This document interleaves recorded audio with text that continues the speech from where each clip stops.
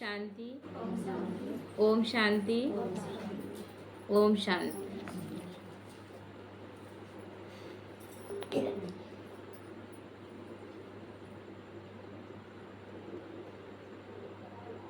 बाबा कहता है कि परमात्मा इस सृष्टि में किसी मरी हुई मक्खी की टांग जोड़ने नहीं आते।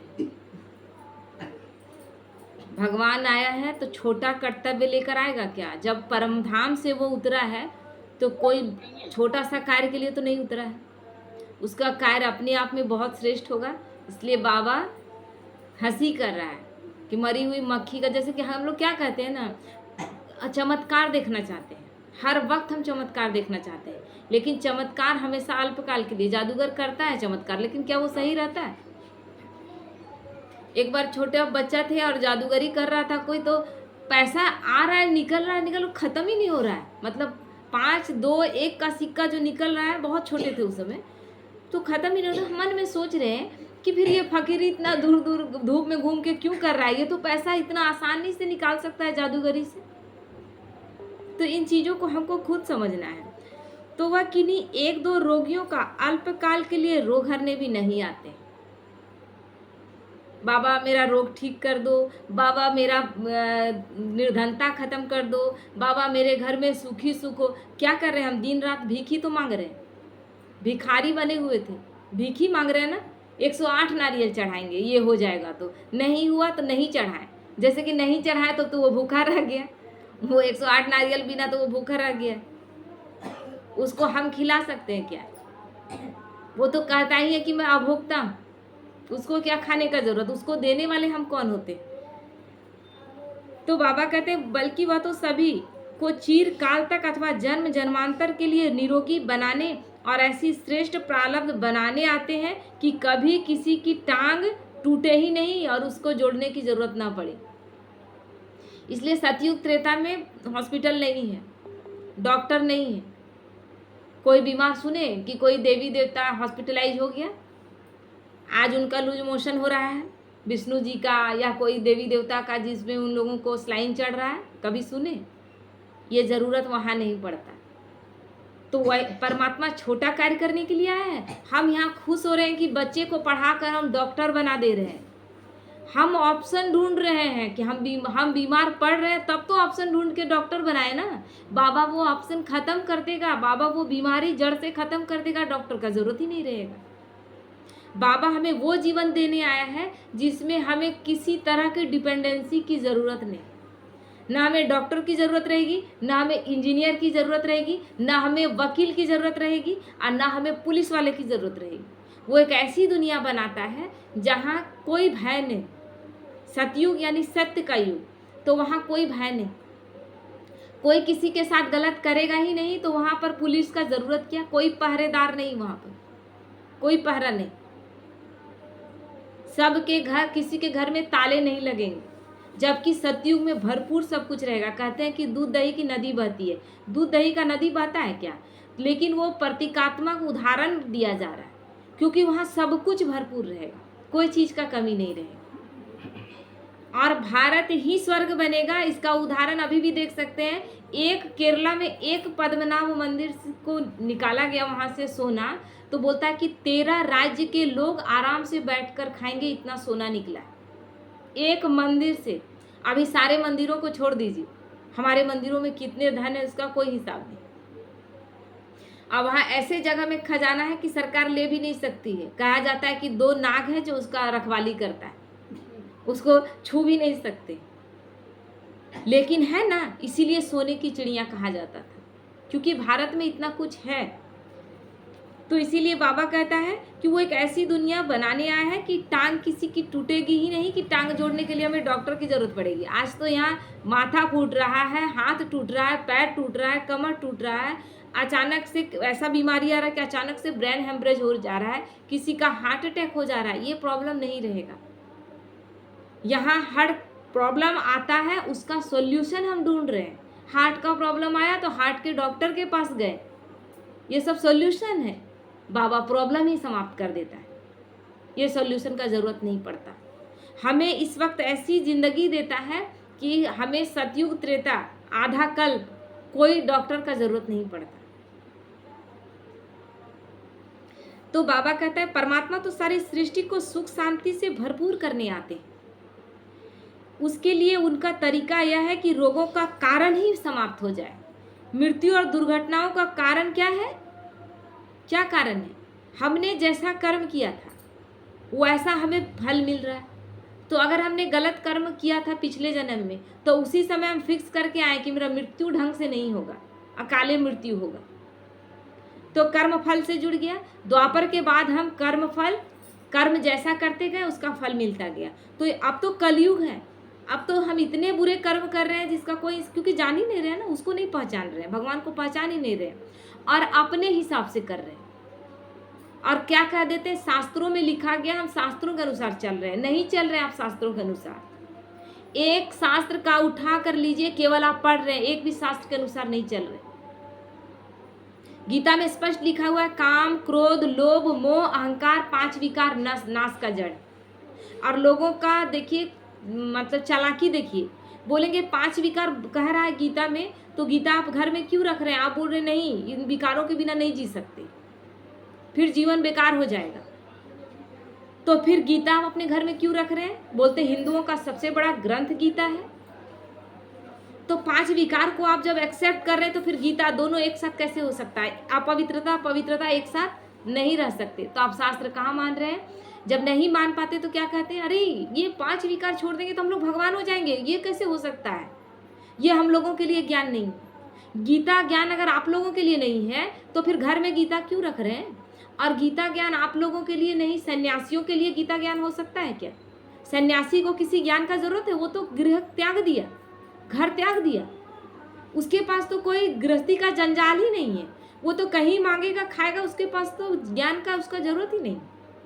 लेकिन हम गृहस्थी में रहते हैं और भगवान कहते हैं घर गृहस्थी में रहते हुए मन से संन्यास्त हो जाना। इसीलिए ये गीता ज्ञान हमारे लिए, सब कुछ करते हुए भी इसमें आसक्ति नहीं लाना। जैसे क्या है, कितना अच्छा उदाहरण है, जैसे दिए में आप तेल डालते हैं, दिए में भरा हुआ तेल है और उसके बाद बत्ती डालते हैं, तो बत्ती थोड़ा सा निकला हुआ रहता है तब जलेगा, वो बत्ती डूब जाएगा तो जलेगा? कभी नहीं जलेगा। तेल भरा हुआ है दिए में, लेकिन बत्ती ही डूब गया तो नहीं, वो दिया रोशनी नहीं देगा। हमारा जीवन भी ऐसे ही है। हम भी क्या कर रहे हैं, संसार में रहते, यही गीता में बोला गया है, अनासक्त वृत्ति अपनाना, संसार में रहना, संसार छोड़कर सन्यासी मत बन जाना, क्योंकि वो कोई सॉल्यूशन नहीं है। घर छोड़ दिए और बाहर भटक रहे हैं, हम गृहस्थी के जंजाल में नहीं पड़ने सकेंगे, नहीं, ये तो भागना हुआ। क्यों भागे हम घर गृहस्थ में रहते हुए अनासक्त वृत्ति, यानी किसी मोह में नहीं फंसे, संसार में रहते हुए सांसारिकता में नहीं फंसे, सारे रोल को निभाएं। अब अमिताभ बच्चन बहुत अच्छा रोल करता है कुली में, हर एक को महसूस होता है कि एक कुली, लेकिन घर जाता है तो क्या वो कुली है कि अमिताभ बच्चन? अपने घर में क्या है, वो अपने ड्रेस में आ जाता है, कुली तो नहीं रहता, अमिताभ बच्चन है।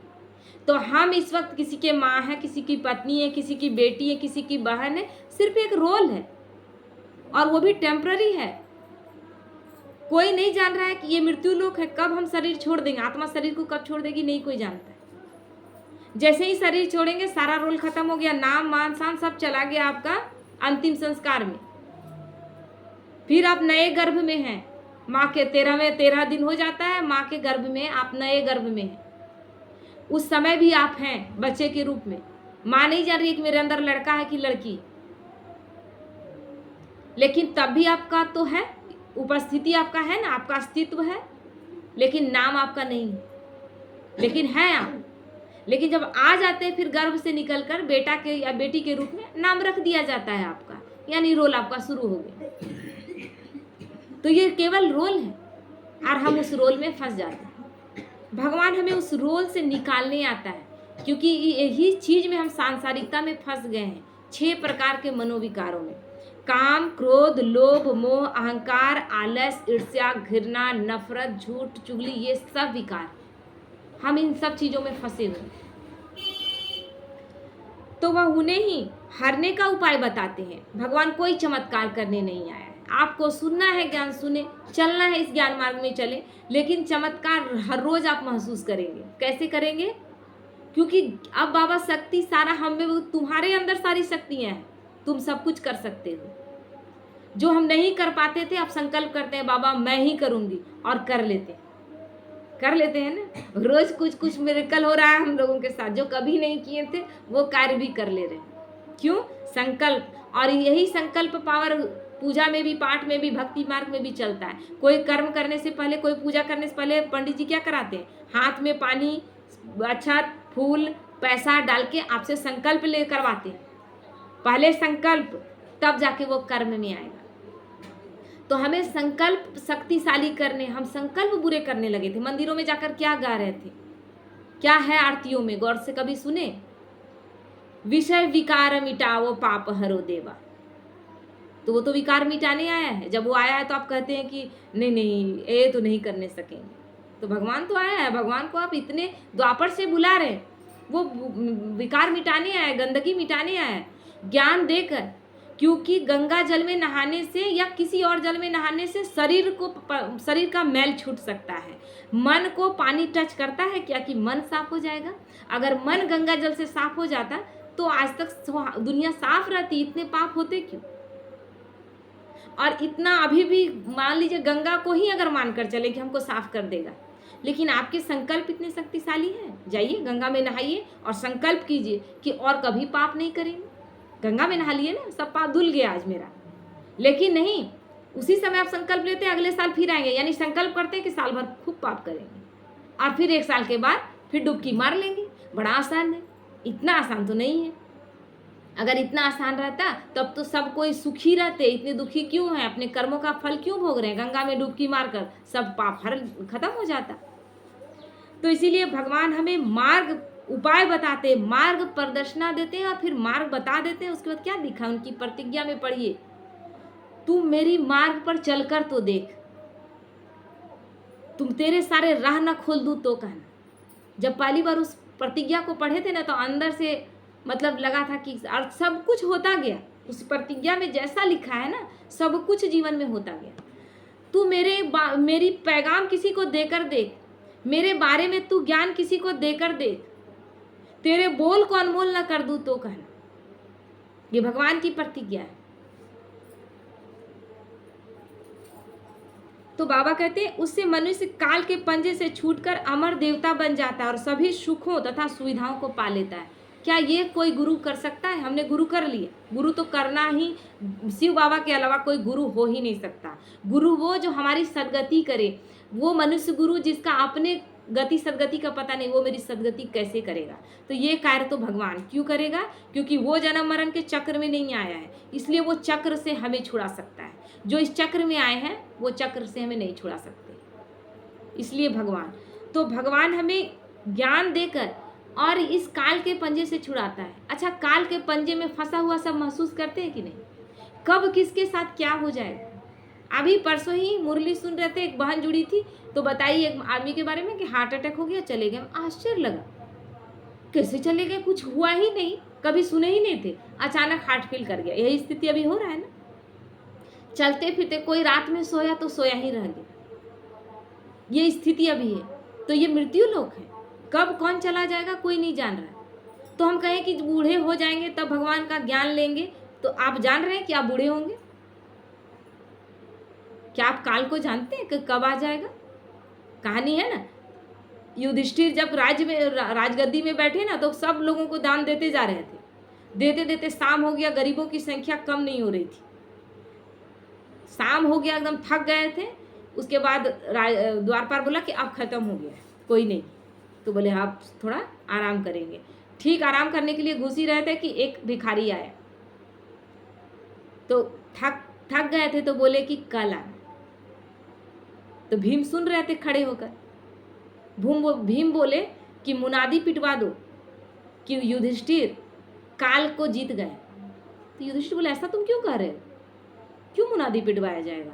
काल को हम कहाँ कैसे जीत सकते हैं? तो बोला अभी तो आपने कहा कि कल आना, यानी आप जान रहे हैं कि कल तक आप जीवित रहेंगे या वो आदमी जीवित रहेगा? तो उन्हें अपनी भूल का एहसास हुआ, माफी मांगे और फिर उनको तुरंत उसी समय दान किया। तुरंत दान महापुण्य। कोई मांगता है, कोई लेना चाहता है, कोई किसी का ज़रूरत है, कोई बोला मेरे बच्चे का तबीयत खराब है, हमको 500 रुपया चाहिए, आपके पास है, लेकिन आप बोलते हैं कि कल आइएगा ना, दे देंगे। रात भर में उसके बच्चे ने शरीर छोड़ दिया, फिर वो आपको 5,000 भी देंगे, उसके लिए कोई फ़ायदा है? समय पर सहयोग। तो हम जान रहे हैं क्या काल को हम जीत गए हैं क्या? तो इसीलिए जब जागो तब सवेरा। जब पता चले कि भगवान आया है, बस उसी समय से हमें अपने, इसलिए बाबा कहता है लास्ट सो फास्ट और फास्ट सो फर्स्ट, क्योंकि टाइम नहीं है। जिन लोगों को पुरुषार्थ करके और पाना था उन्होंने पा लिया। हमें भी क्या कहना है? पाना था सो पा लिया, और क्या बाकी रहा। जब तक उसको नहीं पाएंगे तब तक प्यास नहीं बुझेगी, तब तक प्यास नहीं बुझेगी। जितना पूजा पाठ कर लें, अंदर कहीं ना कहीं कसक रहेगा कि कुछ बाकी है।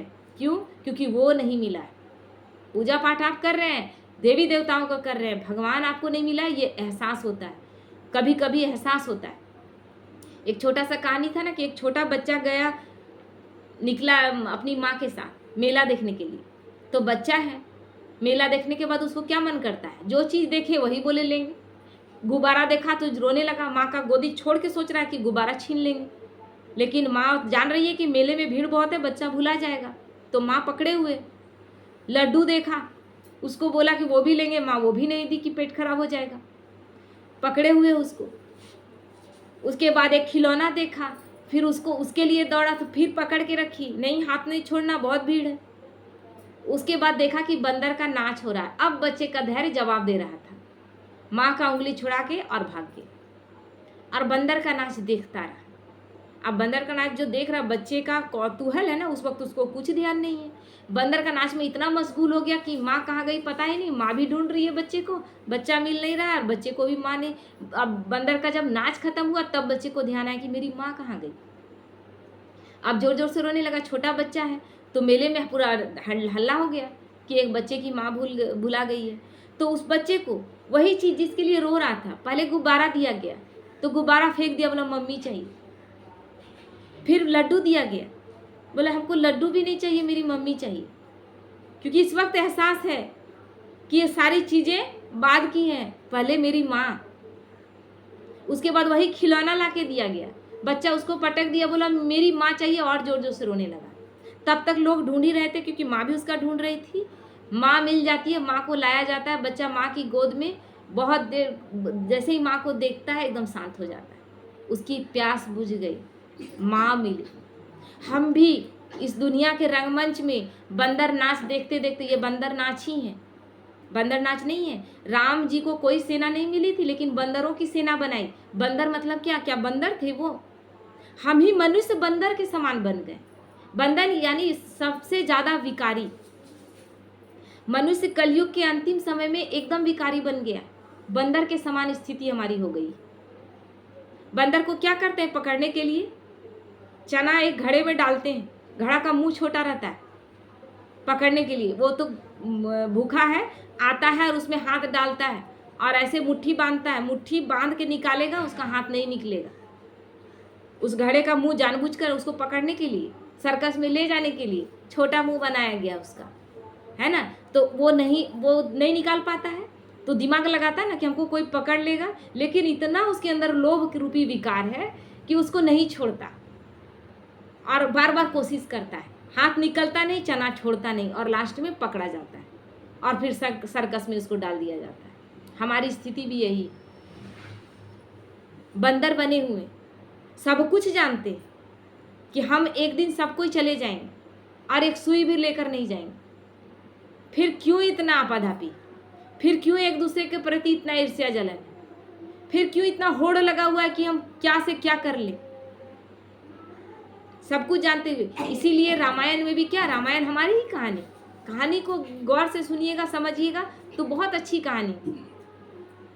परमात्मा राम आते हैं तो हम सब बंदरों की सेना बना रहे हैं, हम सब बंदर ही थे, लेकिन हम सब बंदरों की सेना बनाकर ये कलयुगी सृष्टि का विनाश करके सतयुगी सृष्टि की स्थापना करते। तो हमारे अंदर जो 5 विकार हैं, हमें बंदर से मनुष्य और मनुष्य देवता बना रहे हैं। कहानी ये। तो बाबा कहता है जिन विकारों को मनुष्य घर गृहस्थ में रहते हुए जीत सकना असंभव मानते हैं, उन्हें वह सहज ही समझ कर मिटाते हैं। ये किसी का काम नहीं था, ये परमात्मा का ही काम, कोई साधारण मनुष्य नहीं कर सकता। कहते हैं कि आग और कपूर एक साथ नहीं रह सकता।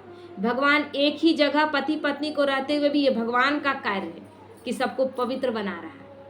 ये भगवान का कार्य है कि ऐसे मांस मच्छी खाने वाले की जो बोलते थे कि घास फूस खाएंगे क्या, मांस मच्छी नहीं खाए तो क्या घास फूस खाएंगे क्या, उन सब ने त्याग कर दिया गलत चीज़ों का।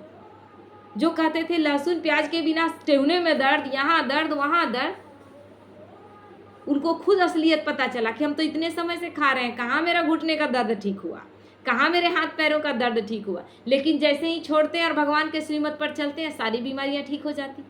ये कराने वाला कौन? कोई है? हम जो आपके सामने बैठे हुए दिख रहे हैं, क्या मैंने बहुत बड़ा टेंट लगाया है 1 करोड़ रुपये का कि आप लोग डोनेशन लेके आए और उससे मेरा खर्चा निकले? नहीं, हमारा ज्ञान ही नहीं, ज्ञान तो उस परमात्मा का है। हम देने के केवल निमित्त बन रहे हैं और इसी में नशे में रहते हैं कि भगवान ने इस लायक समझा कि इस मुख का आधार लिया। बोल भी तो वही रहा है मेरे मुख से, आज वो चाहे तो मेरा मुख बंद हो जाए। होता है ना, अभी उतनी बड़ी गायिका है अलका याग्निक, अचानक से कान से सुनना बंद हो गया, उतनी बड़ी गायिका। तो खोने को तो कुछ भी हो सकता है। तो यूज हमको वो कर रहा है। हम ऐसा बांसुरी बने कि बजाने वाला हमको बहुत अच्छे से बजाए। अब मेरी बांसुरी में अगर छेद ज़्यादा हो या फिर बहुत बंद हो तो अच्छा आवाज़ निकलेगा, बजाने वाले की गलती नहीं, बांसुरी में गलती। हमें बांसुरी अच्छा बन जाना है, भगवान हमें अच्छे से सुर निकाल कर हमारा यूज करे। करण करावनहार वो है, हम लोग केवल निमित्त और कुछ नहीं। तो इसलिए बाबा कहते हैं कि जिन्हें समाज अत्यंत विकारी, अनपढ़, निर्धन, अल्प बुद्धि अथवा निकृष्ट मानता है, उनमें परम पिता ज्ञान और योग बल द्वारा एक नया जीवन लाते हैं। मानो माया द्वारा मरी हुई उन आत्माओं को फिर से जीवित करते हैं। मरे हुए थे ना हम सब, क्या थे? जीने का इच्छा था। कौन सा जीवन है बाबा? क्यों ऐसा जीवन दिए थे? भगवान से एक ही क्वेश्चन था कि ऐसे अधूरे मत ले जाना इस दुनिया से। क्या यही जीवन है? हर बार आंख में आंसू आता है, हर वक्त अपने जीवन पर बार बार प्रश्न चिन्ह उठाते हैं और यही करते हम मर जाएंगे। हम जान भी नहीं पाएंगे कि मेरा जीवन क्यों दिया गया। ये क्वेश्चन उठता था, भगवान मिला भी नहीं था और बार बार भगवान से क्वेश्चन करते थे, ये जीवन तो नहीं चाहिए, ऐसा जीवन तो नहीं चाहिए, कुछ तो होगा जो तुम चाहते हो। अब जो है सो हमको बताओ और मेरे अधूरे जीवन को पूरा करो, हम अधूरा नहीं जाना चाहते। ये बार बार क्वेश्चन उठता था। तो बाबा क्या करता है? कहते हैं ना, मरे हुए भी में भी जान डाल देता है। मरे हुए में जान डाल देने का मतलब क्या है? जो मृत हो गया वो कभी जीवित नहीं हो सकता। लेकिन मरना मतलब वो मरना नहीं, हम जीवन से मर गए थे, आशा ही नहीं बचा था, जीवन जीने का कोई उम्मीद ही नहीं था, कोई मतलब मकसद ही नहीं था, बस जिए जा रहे हैं। सुबह उठे, किस लिए उठे पता ही नहीं, उठते ही पहला संकल्प उठता था कौन सा जीवन है। हंसते थे तो लगता था कि इस हंसी का तो कोई मतलब ही नहीं है, मुझे तो हंसने का भी हक नहीं। और अभी लगता है नहीं हंसते हैं जिस दिन ना, तो लगता है कि बाबा का श्रीमत उल्लंघन हो रहा है, क्योंकि बाबा बोला ब्राह्मणों का जीवन मौजों का जीवन। जिसे भगवान मिल गया उसे किस बात का भय होना चाहिए? होना चाहिए किसी बात का क्या? तो इसीलिए बाबा कहता है कि आध्यात्मिक पुरुषार्थ के पथ पर उनकी टूट गई हुई ज्ञान और योग रूपी टांगों को वो जोड़ देते हैं। वो ये टांग और हाथ जोड़ने नहीं आया,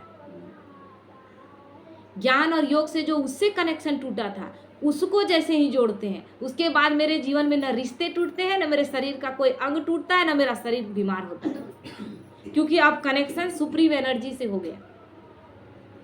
मेरा जीवन अब उसके हाथ में, मेरा जो भी हो रहा है बाबा उसमें मेरा कल्याण, ये मान कर जब चलते हैं तो कल्याण होना शुरू हो जाता है, क्योंकि वो तो कल्याणकारी है ही। और उन्हें ज्ञान प्रकाश से चकाचौंध कर देते हैं। क्या मंदिरों में जाकर गा रहे थे, मुझ नयनहीन को राह दिखाओ प्रभु। आंख तो था, फिर कौन सी नयनहीन की बात कर रहे थे। मैं मूर्ख खल कामी कृपा करो भरता, आरती में गाते। मैं मूर्ख यानी मूर्ख, मुझ में कोई ज्ञान नहीं है। ये कौन गा रहा है? डॉक्टर भी जा रहा है तो वो भी आरती में ही गा रहा है। आप सोचिए, डॉक्टर है, पढ़ा लिखा है, कोई बहुत बड़ा इंजीनियर है, वो भी यही गा रहा है। या कोई मैट्रिक भी पास है, पढ़ा लिखा है ना, वही गा रहा है। तो क्यों गा रहा है? यानी ये लौकिक पढ़ाई जिससे हम जीविका चलाते, जिससे हम डॉक्टर इंजीनियर बन के इस दुनिया में खा पी सकेंगे, वो पढ़ाई हम पढ़े हुए हैं। लेकिन वो आध्यात्मिक पढ़ाई, आत्मा की पढ़ाई, परमात्मा का ज्ञान ये नहीं था। इसलिए गा रहे थे कि मैं मूर्ख, खल यानी छलिया, छल करने वाला दूसरों के प्रति, कामी यानी काम विकार से, हर तरह की कामनाओं से ग्रसित, कृपा करो भरता, मतलब क्या कृपा करो, इन सब चीज़ों से मुझे छुड़ाओ। तो वो छुड़ाने आया है। तो वह कैसे छुड़ाएगा? ज्ञान देकर ही छुड़ाएगा ना। तो वो ज्ञान देकर छुड़ाता है, सही क्या है गलत क्या है, बस इस चीज़ का वो ज्ञान देता है। और जैसे ही हमें सही क्या है गलत क्या है, हम अपना कर्म सुधारने लगते हैं। इसलिए यहाँ कोई चमत्कार नहीं, लेकिन हर पल सोचिए तो हर पल चमत्कार है। और वो चमत्कार करने के लिए कोई ऐसे, जैसे कि कोई हाथ में धूल उठाया और ऐसे ऐसे किया तो सिंदूर बन गया, आप खुश हो गए, लेकिन इससे फायदा क्या है? मैं ज्ञान से मेरे जीवन का सुधार हुआ, ये चमत्कार है ना। मेरे जीवन जीने की उम्मीद टूट गई थी और उसमें उम्मीद भरा, मेरे जीवन जीने की इच्छा जगाई, ये चमत्कार। एक बार स्वामी विवेकानंद को बोला गया ना, एक साधु बहुत दिन तक तपस्या करने के बाद उसके पास आए और बोले कि हम नदी में ऐसे ही ऊपर पानी में चल के जा सकते हैं, मेरा ऐसा सिद्धि है। और नदी वैसे ही पार करके दिखा दिया। तो स्वामी विवेकानंद बोले कि कितना समय लगा ये सिद्धि सीखने में? तो बोला कि 12 या 13 साल बोला, या 30 वर्ष बोला। तो विवेकानंद बोले कि नदी ही पार करना है ना। 5 रुपया लिया और नाविक को दिया और नाव से पार हो गए। बोला कि 5 रुपया में हम पार कर गए, आपने 30 वर्ष का जीवन गंवा दिया, फायदा क्या इससे? आपने दिखाया, कुछ लोग देखे और खुश हो गए, किसी का इसमें कल्याण हुआ? तो भगवान कल्याण करने आया है, चमत्कार दिखाने नहीं आया है। लेकिन हर पल हम अपना चमत्कार करेंगे जब उसका ज्ञान अंदर प्रवेश कर जाएगा, जब प्रैक्टिकल जीवन में उसके ज्ञान को धारण करेंगे। ओम शांति।